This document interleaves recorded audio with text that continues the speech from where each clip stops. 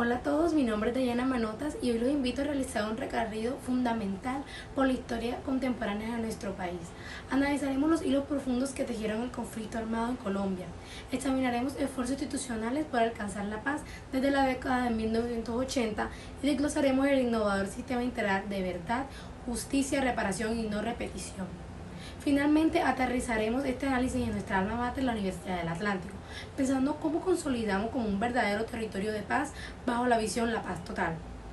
Colombia ha vivido una de las confrontaciones armadas más prolongadas del hemisferio occidental. Comprenderla no es un ejercicio meramente intelectual o memorístico, es un imperativo ético y ciudadano. Solo reconociendo el dolor colectivo y los factores que lo desencadenaron podemos valorar las herramientas de la justicia transicional y proponer desde las aulas de clase y las regiones alternativas reales de transformación sociocultural. Hola a todos. Comencemos entonces desentrañando los orígenes de la evolución de esta compleja guerra interna que reconfiguró nuestra geografía humana y política. Los orígenes del conflicto armado interno en Colombia no surgen de forma espontánea en los años 60. Se hunden en las dinámicas de exclusión rural, la desconcentración de la tierra y la violencia bipartidista de mediados del siglo XX, exarcesada tras el asesinato de Jorge Eliezer Gaitán en 1948.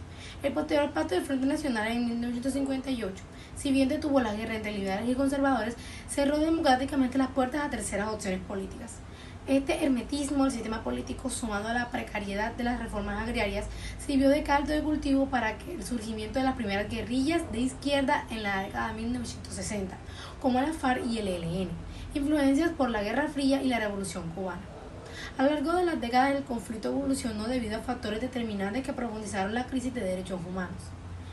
En los años 70 y 80, la irrupción del narcotráfico actuó como un combustible financiero letal, transformando las logísticas de operaciones en tanto guerrillas como del Estado.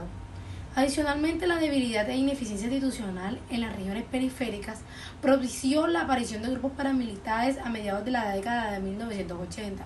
Estos grupos surgieron inicialmente bajo fachadas de autodefensa financiadas por terratenientes y sectores mafiosos, pero rápidamente se agruparon en estructuras criminales como la AUC, desatando olas de masacre, despojos sistematizados de tierras y desplazamientos forzados masivos. El Estado colombiano, por su parte, osciló entre respuestas puramente militares, vacíos de control institucional que permitieron la connivencia local con el paramilitarismo y ofertas discontinuas de diálogo. Por tanto, los tres actores principales, las guerrillas, los paramilitares y agentes del Estado, de manera directa o por omisión, configuraron una degradación de la guerra donde las comunidades rurales indígenas, afrodescendientes y sectores sociales desfavorecidos pagaron el costo más alto de la desigualdad. En el acceso de la tierra, el narcotráfico y la exclusión de derechos básicos se consolidaron como los factores determinantes subyacentes de este flagelo. Con un crónico escenario de violencia, Colombia se convirtió simultáneamente en un laboratorio de paz. Desde la década de 1980 se han estructurado procesos de negociación diversos. El pionero fue el gobierno de Belisario Betancourt en 1982, que promovió amnistías y los acuerdos de la Uribe con la FARC. Un esfuerzo maximalista que infortunadamente fracasó por la falta de garantías institucionales y un exterminio de la Unión Patriótica.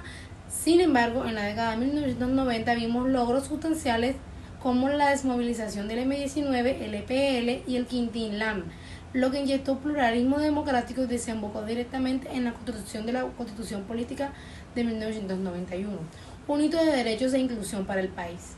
Posteriormente, tras las amargas frustraciones territoriales en los diálogos de Caguán, el gobierno de Andrés Pastrana, el país avanzó en un hito histórico: el acuerdo de paz de La Habana del 2016 con la FARC-EP, bajo el mandato de Juan Manuel Santos. Este acuerdo logró el desarme de más de 13.000 combatientes y el fin de la estructura insurgente más antigua del continente, abriendo paso a la recomposición política, social y el diseño de justicia transicional que hoy nos rige. Al analizar los logros y limitaciones de estos procesos, observamos ciertos aciertos valiosos como la reducción de homicidios en momentos clave, la habilitación de los derechos de la víctima y la institucionalización de reformas estructurales. Sin embargo, las limitaciones estructurales persisten.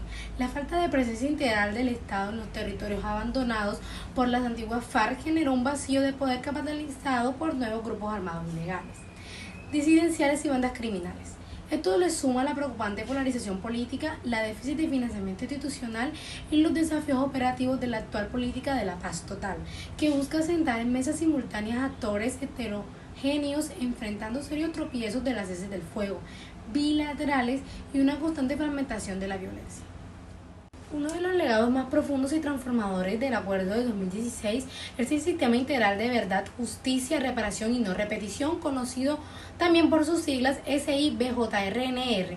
Como nos ilustran los canales oficiales de divulgación del Estado, este sistema pone en el centro absoluto a las víctimas y se compone de 3 entidades autónomas de igual jerarquía: la Comisión de Esclarecimiento de la Verdad, la Unidad de Búsqueda de Personas dadas por desaparecidas y la Jurisdicción Especial para la Paz, ahora conocida como la JEP. Es fundamental comprender la complementariedad entre estas entidades.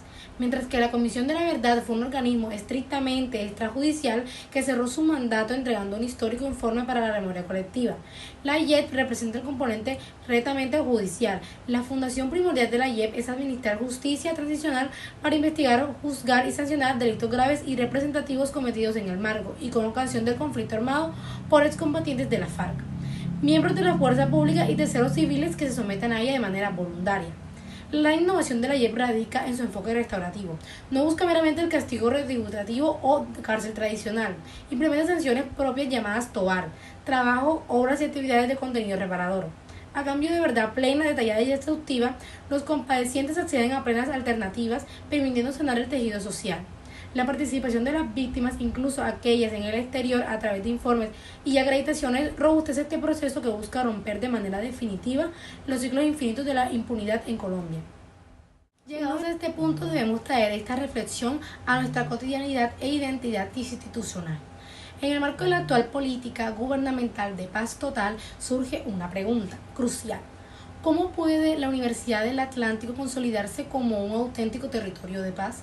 Desde la expedición de la Resolución Rectoral 00567 del 2017, nuestra universidad asumió institucionalmente un compromiso explícito con la paz, estructurado en 4 líneas fundamentales: formación pedagógica, territorio, política pública y desarrollo humano. Para mí, la consolidación real exige dinamizar entre líneas con mayor audacia en el actual contexto del Caribe colombiano. Consolidarse como territorio de paz significa que la Unidad Atlántico debe ser el epicentro de la investigación científica aplicada a resolver las necesidades de las comunidades vulnerabilizadas del Atlántico y del Caribe. Aquellas golpeadas por la exclusión socioeconómica. Requiere potenciar la red paz y robustecer la cátedra institucional, transformando las aulas en laboratorios de diálogo social donde se respeten las diferencias ideológicas y se reemplace la cultura de la violencia institucional por una cultura de la convivencia efectiva y la resolución pacífica de conflictos. Debemos llevar la academia fuera de las sedes de Barranquilla o Puerto Colombia, articulando proyectos artísticos, culturales y de memoria histórica con un profundo enfoque de género y territorial. La paz total no se afirma solo en Bogotá, se teje educando profesionales éticos y sensibles al dolor del otro en nuestros pasillos de la Universidad del Atlántico. Consolidarse. En conclusión, el camino hacia la paz estable de Colombia es largo y está lleno de complejidades históricas, institucionales y territoriales. Estudiar nuestro pasado con un rigor, defender el labor de la justicia transicional a través de la JEP y actuar activamente desde la Academia Caribeña son los pasos necesarios para transitar de la retórica a la realidad de la reconciliación. Muchísimas gracias por su atención.